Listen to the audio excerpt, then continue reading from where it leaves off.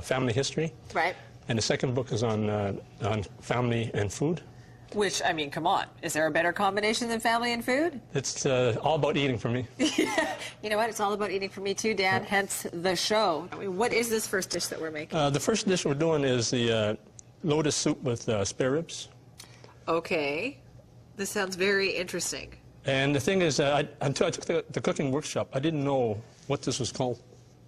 I eat it since I was a little kid, but I didn't know what it's called. You just liked it because it was the honeycomb soup, right? Well, we could make prints with this. You cut it up, make prints. You dip it in the ink and then your paint or whatever. You do that. Okay, but this is lotus root. Yeah, this is lotus root. Okay, so what have you? Is this how it looks when it's? So when you buy it, you just wash it like this, and then just cut off the ends. Yeah.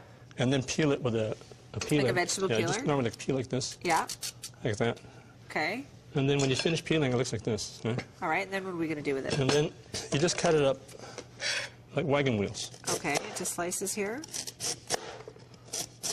Now, did you know what all of this, like as you say, you just learned the name of this. Were there a lot of ingredients like that you didn't know about? Yeah, there is actually a lot of ingredients. Just by taking the workshop, I learned a lot about what things were called.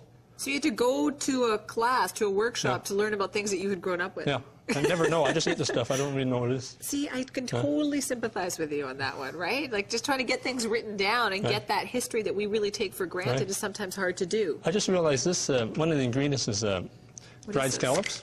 Is that what that is? And that's dried scallop. I just found out, well, this is $78 a pound. Whoa. So that's pretty expensive for peasant food.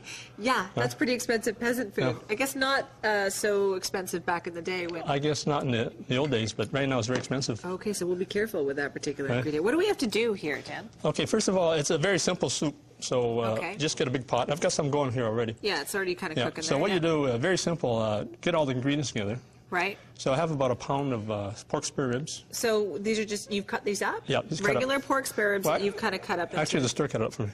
Well, that was nice of them, wasn't it? Okay, even better. So you don't have to cut them up. Yeah? So I cut up about a pound there. Okay. And I put 2 pieces of ginger. Big chunks of ginger in there. Yeah. So 2 pieces of ginger. And these are red dates. Is that what those are? Yeah. Really? Where do you find these? You can get it in stores like TNT and Chinese stores. Okay. So you can put in about 6 or as many as you like. So how do we start this? We brown the spare ribs, or I don't even brown it. I just throw everything in. Yeah, put everything in together, and including the dried scallops. The dried scallops, yeah. How many of those? Well, it's $78 a pound, so. Be careful. Use sparingly. Yeah, use sparingly, kind of thing. Maybe 6 of those would do. Okay, and then the red dates as well. The red dates, yeah. And how much lotus root? I put about a pound in there, so roughly 2 of these will make a pound. Okay, and then what with water? And then you put roughly 12 cups of water. Wow. Or as much as you want. Okay, that's a lot. It is a lot, but I usually leave the cover off and just boil it. And let it cook up? Yeah, if you cover it, you lose less in the water. But is there anything else that we have to put in there? Just a little tablespoon of soy sauce. You want to go ahead and put that in? Yeah. So this is, let me just turn this on for you. This is after this has been cooking for a while, right? Yeah. This is about, you cook it for about an hour, and then you can cook it for longer if you like. Okay. Some people cook it for like 5 or 6 hours. Wow. More flavor that way. Do you remember the dishes that your mom made as being cooked for a long period of time upstairs? Yeah, the soups are a long time, but the thing that was really interesting is my grandfather used to make Chinese medicine. Yeah. So he used to take a big vat, puts like 12 bottles of gin in there, puts bark and herbs, throws in a chicken and beef. And one year somebody found him a beaver. So put a beaver in there, and then he seals it up. So for about 2 years, it stays in there.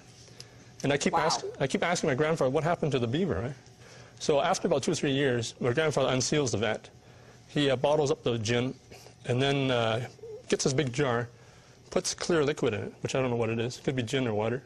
Puts the beaver in the jar, and then my grandfather gives me the beaver to take to school for a show and tell. Nice. So you were pretty popular at school that day. There's a twist on the story. You have to read the book. There's a twist on the story. Really? I'm going to read the story in the commercial break. We're going to take a break. I want to hear how that ends, and we're going to have more recipes from Dan's family. Don't go away. More to come. I want to read this right now.